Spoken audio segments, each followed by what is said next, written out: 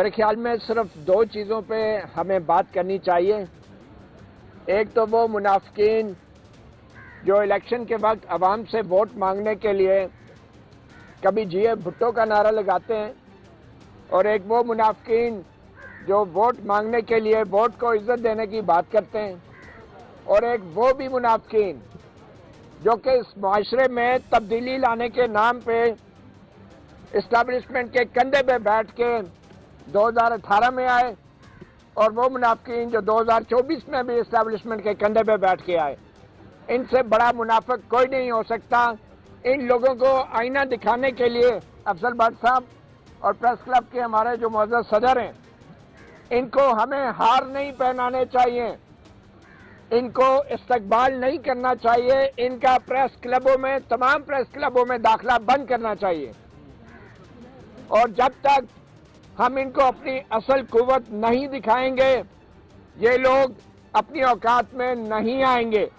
تو یہ میری ایک تجویز ہے.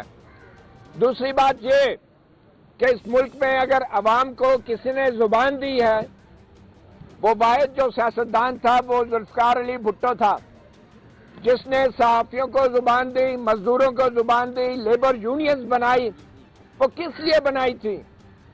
آج وہی زبان ذوالفقار علی بھٹو کا سیاسی وارث ایوان صدر میں بیٹھ کے وہ زبان جو بھٹو کی دی ہوئی تھی، وہ زبان عوام کی گدی سے کھینچ رہا ہے اور ایسے کالے قانون پہ دستخط کر رہا ہے. میرے خیال میں ان لوگوں کو بھی بے نقاب کرنا بہت ضروری ہے. اور اس کالے قانون کے حوالے سے آخر میں میری یہ ایک تجویز ہے کہ جب تک اس کالے قانون کو واپس نہیں لیا جاتا، ہمیں اپنے اصل دشمن کا معلوم ہونا چاہیے، اور وہ ڈیپ فیک نیوز نہیں ہے، وہ ڈیپ فیک سٹیٹ ہے جو اپنے آپ کو ریاست سمجھتی ہے، وہ ریاست ہے نہیں ہے، اور وہ ہماری اسٹیبلشمنٹ ہے. اور ہم صحافیوں کو اس قانون کے حوالے سے ان غلام سیاستدانوں کے علاوہ اس ڈیپ فیک سٹیٹ کو بھی بے نقاب کرنا ہوگا. آج بہت خوشی ہوئی مجھے سینئر لوگوں کو یہاں پہ دیکھ کے، کیونکہ ان کی موجودگی اس تحریک میں امپیکٹ ڈالے گی. مالک صاحب کھڑے ہیں اور میں نے ابھی نسیم زہرا صاحبہ کو بھی دیکھا. ان لوگوں کے آنے سے یہ جو ایک کرائسس پیدا ہوا ہے، اس کے خلاف جو مزاحمت ہے اس میں شدت پیدا ہوگی.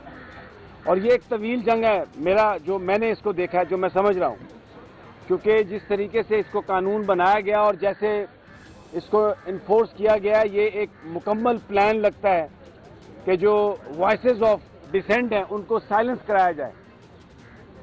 تو تمام لوگوں کو بڑی اس کے لیے محنت کرنا پڑے گی، اور اس میں وہ لوگ جن کی آوازیں زیادہ اہم ہیں، جو رات کو شام کو پروگرام کرتے ہیں چینلز پر، اگر ان کی شمولیت اس میں ہوگی تو ڈیفینیٹلی اس کا بہت زیادہ امپیکٹ ہوگا. اس میں آپ کو ہر طرح کا جو پریشر ہے وہ ڈالنا پڑے گا، ڈومیسٹک بھی، انٹرنیشنل بھی، ڈپلومیٹک بھی، کیونکہ اس کے بغیر آپ کو کامیابی نہیں ہوگی. یہ پاکستان میں جو آزاد صحافت ہے، ایکچولی اس کو ختم کرنے کا منصوبہ ہے. ان لوگوں کے جو تعلقات ہیں اس وقت حکمرانوں کے، وہ ان ممالک سے بہت زیادہ ہیں جہاں پر ڈکٹیٹرشپ ہے. سو یہ اسی طرح کا ایک ماڈل یہاں پہ لانا چاہتے ہیں، جو کوئی ابرپٹلی انہوں نے نہیں کیا، ایک پلاننگ کے تحت یہ کیا ہے. تو اس کا مقابلہ بھی آپ کو ایک پلاننگ کے تحت کرنا پڑے گا. لیکن کل جو پرسوں جو مظاہرہ ہوا تھا بہت اچھا تھا. آج جو خوشی ہوئی وہ یہ کہ جو سینئر لوگ ہیں، جن کی آوازیں ہیں، وہ یہاں پر موجود ہیں. ان کی آمد سے ایسا لگا ہے کہ کنسنسس ہے کمیونٹی میں، اور آگے جا کے اگر سول سوسائٹی کو بھی ہم انوالو کریں تو انشاءاللہ یہ زیادہ عرصہ سسٹین نہیں کر سکے گی. میں معافی چاہتا ہوں، میری آواز ذرا کچھ گلا خراب ہونے کی وجہ سے کم تھی. بہت شکریہ. Thank you very much. میں یو کے سے ہمارے سینئر جرنلسٹ جناب رفیق مغل صاحب اور جے آئی کے ہمارے ترجمان عامر بلوچ صاحب، جو اظہار یکجہتی کے لیے آپ دونوں کا شکریہ ادا کرتا ہوں، اور مظہر بدلاس صاحب سے درخواست کرتا ہوں کہ وہ اس قانون پہ اپنی رائے کا اظہار کریں.